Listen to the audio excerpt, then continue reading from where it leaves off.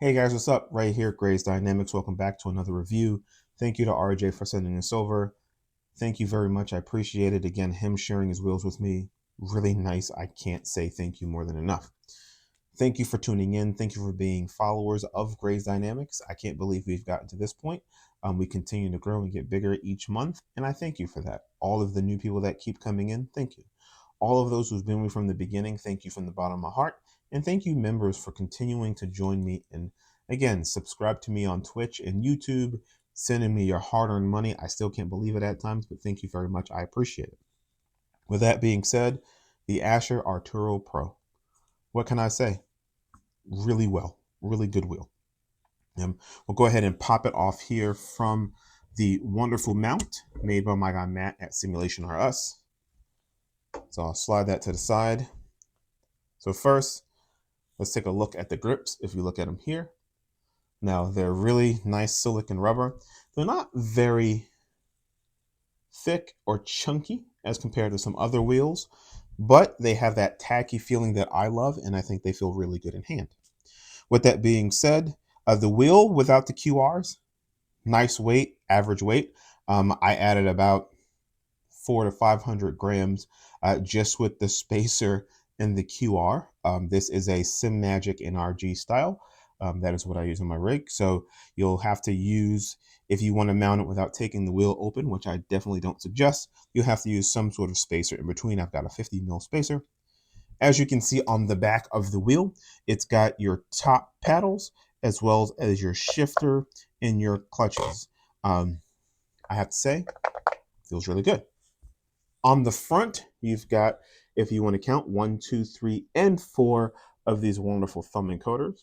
You've got 2 rotary encoders, as well as a plethora of different buttons and 2 funky knobs. So again, really done well. The buttons on front, these are covers that go over. So once you get them how you want them, if you want to swap them out, you have to take off the front. But again, it's a really nice, sleek look. It's not a sticker. It's actually an entire button cover that allows light to seep through it. Again, it feels really good in hand. All of the buttons and thumb encoders are well within reach. The buttons actually have a decent little click to it. Not the best buttons, not the worst buttons, but we can take a listen. So not bad at all. The shifters, here's what they sound like.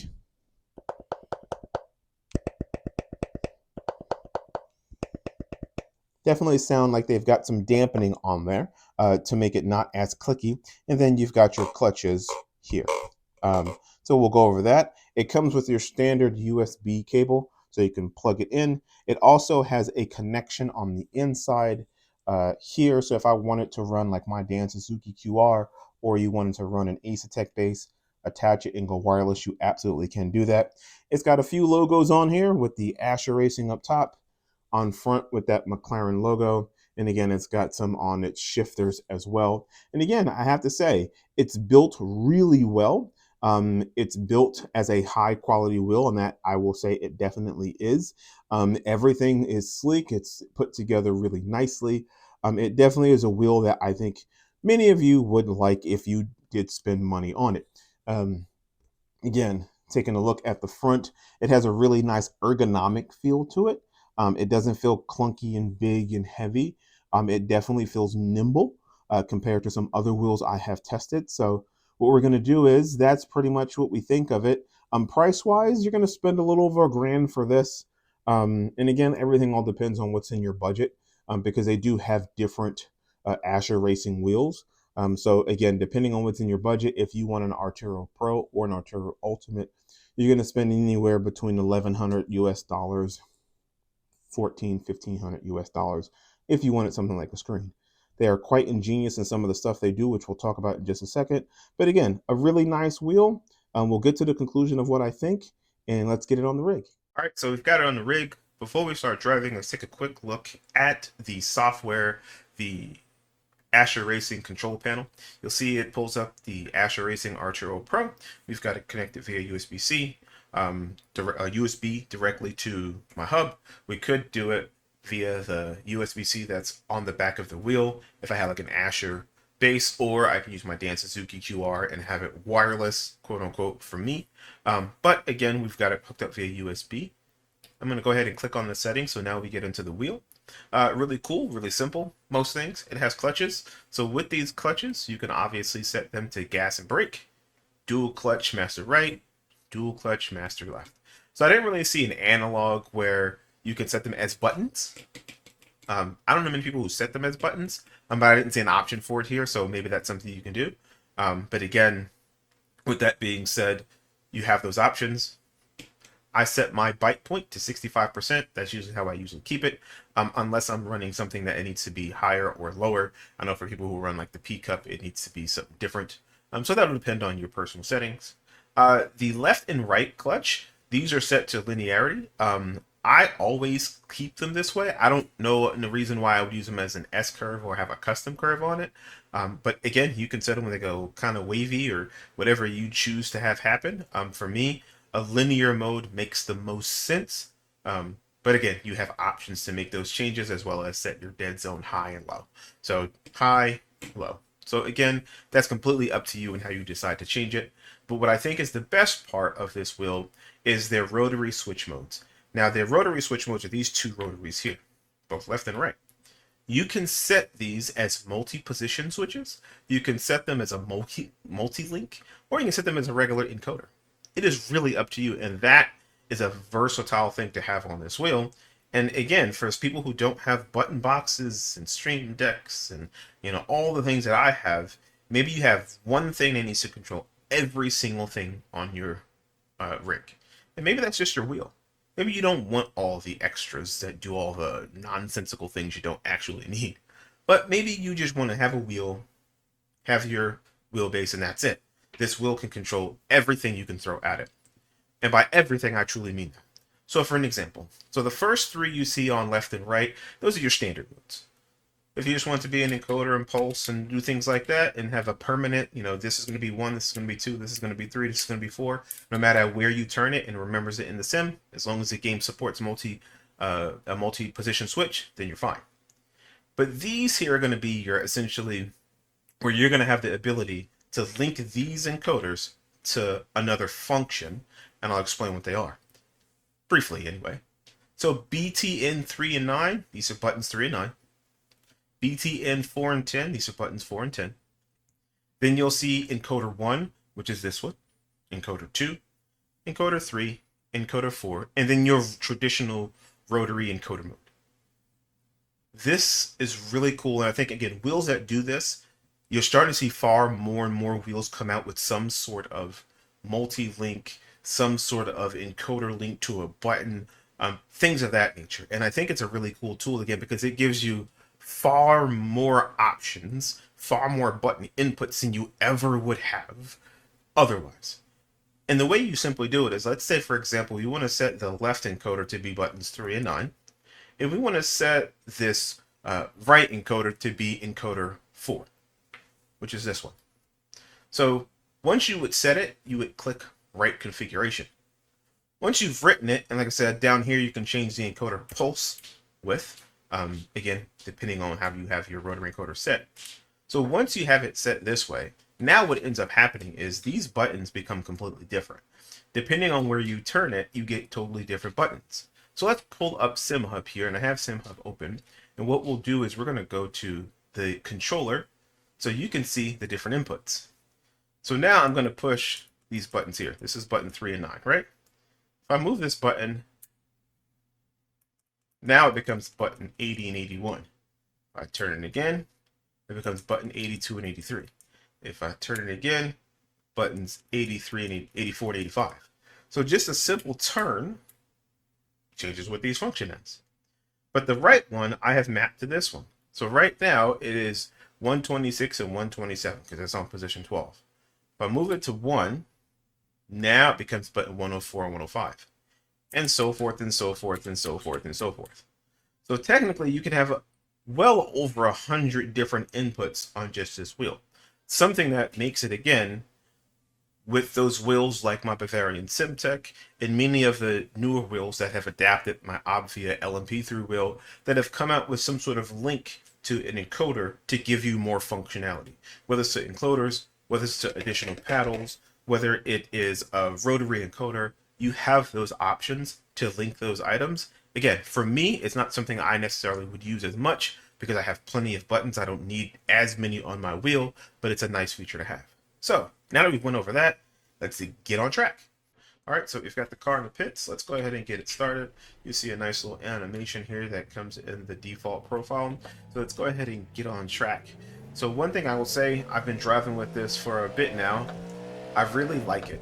I have to say I am really liking this wheel. The grips feel nice and good in hand, and for me they're sticky, not overly, but they've got that little tacky feel on it, and I really enjoy that tacky feeling because I hate to wear gloves. So the tacky feeling makes it a little bit easier to hold in hand, as opposed to being just a little slippery, so I do like it. Some of you may not, because I know some people are have a phobia of lint and skin cells getting on their wheels. So if that's you, then just, I would say definitely put on a set of gloves. But I am a huge fan of these types of grips. The shifters and paddles, again, they feel really good. It's really good. Some of the best shifters and paddles you'll use on any end. I can say I have been a big fan of theirs, and the fact that you can buy them third party if you had a different type of wheel, that's a pretty cool feature. But they feel really good. They're probably one of the top two I've ever used on any wheel I've ever tested so far. The fact that they've got this dual paddle design similar to some other manufacturers, I think is absolutely smart, because what it does is it enables you to be able to just reach both paddles with either your middle finger, and I typically shift with my bottom two fingers here, my middle and ring finger, or just my middle finger, and I use the paddles with my index finger. So it makes it easy to just pull. It feels like it's got like a piece of rubber that dampens some of the paddle. They just feel really good. That's all I can say. I mean, they are, again, with some of the best ones I've ever used up until this period. And again, obviously, I haven't used every wheel, but these feel really good in hand. The clutches, again, they are located obviously right below. I have to say, not my favorite. They have no resistance to it, and I think that's a little odd. I think they should have resistance. But, maybe somebody will say, Ray, well, that's not how they are in a real car. I get that. But in a sim car, like I sim race, I wish they had resistance to it. So, that's a pet peeve of mine. And I think many of you, when you go to pull it, you might feel the same way. There's no resistance at all. It's just an easy little pull, and they kind of flop back. The buttons feel really good. They've got these button caps on it, which again, let through the light really well. You can kind of see around it because the way it sits, but again, most wheels you're going to see that where, you're going to have a little bit of light on the outside. Some wheels do a better job at dissipating that light or hiding it better than others, but again, the fact that these are really cool button caps and they're not stickers is really cool. Some do laser etching, which I think is really cool as well, so those are nice. But the buttons are right where you need them to be. I can reach the top buttons without letting go of the wheel. The bottom ones you kind of shift down. The thumb encoders, again, take a quick shift of the thumb. I think, most wheels you're going to use are going to be something similar. So it's not something, again, that I think you're going to have a problem with. Like I said, I have small to medium hands, so depending on how big your hands are, you may have different things within better reach because you have bigger hands than I do. With that being said, again, we have the two rotary encoders that are right here. Of course, you'll have to let go of it to use. But like we talked about just a minute ago, these can be mapped to be used for a multitude of different things. I have not mapped each and every different function because I wouldn't use them all. But if you need one, again, and you need to map it to do different things, you can do so as well. There are 4 thumb encoders on here, which again, I think when you get 2, you're perfect. Anything more than 2, 4, or I have a wheel with 6, then you're just in a limited territory because, you can map so many things to it.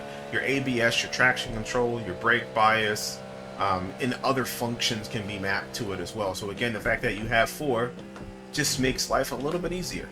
You know, you can map your TC2, so many different things. You can map your MGUK, um, you know, all the different options. So again, the wheel feels really nice in hand. I can't complain about it. Putting the QR on it was quite easy. I've got a 50 mil spacer with QR, so that worked out well. But so far, I can say in my testing of this wheel, like this, I would add to the very, very, very short list. There are not many wheels that are better than this wheel from what I have used up until this point, and I could easily recommend it. So let's go ahead and get off the track and get to the conclusion so you can call it a day and give me a thumbs up. Let's conclude this video.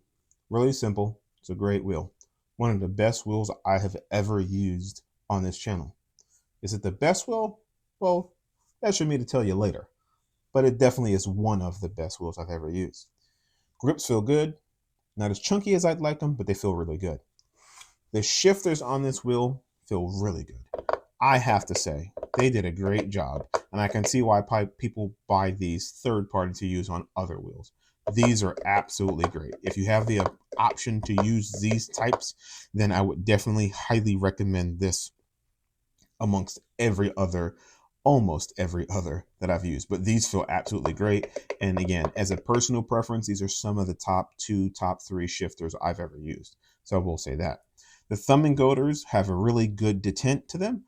They're really good if you want to flick it or if you want to use each individual detent. They're not too sharp. They feel really nice. And I think that's a really good thing. The funky knobs on it, again, they're a little concaved in the center, so it makes it easy to position and move, which I think is really nice, which if you want different colors, I do sell them. But with that being said, these are done really well. The buttons feel nice, have a nice little click to it. Are they the best buttons I've ever used? No. Are they the worst? Not by far. But again, really cool. I do not like the fact that in order to change them, I have to take off the entire front cover here to get them off and then pry them off, and they tell you in the directions how to take them off and swap them out if you want to change them or change to other different types of buttons. Again, that's a personal thing. I'm not a big fan of having to take off this and pop them on, but it definitely, the design of the buttons are done really cool. They're not stickers, they're actually covers that go over. Again, you can map this in SimHub, make whatever color that you like, which is really cool. I do wish that the screws on the back were black as well. Being silver, I think it would have been cooler to be black. I mean, everything else is black on the wheel outside of the pops of color. It'd have been cool if these were black as well. Again, it feels really good ergonomically. It feels really great in hand. I prefer over so many wheels that I've tested on this channel. It's really nice. Again, feels really good. Grips are nice and tacky, just the way I like it. And I know some people don't like the tacky style grips. I don't like to use gloves, so these feel really good.